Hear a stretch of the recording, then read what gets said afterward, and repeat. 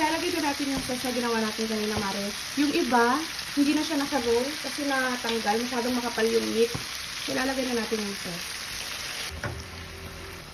Ilalagay ko na rin tong corn. At saka tong itlog. At saka tong cheese.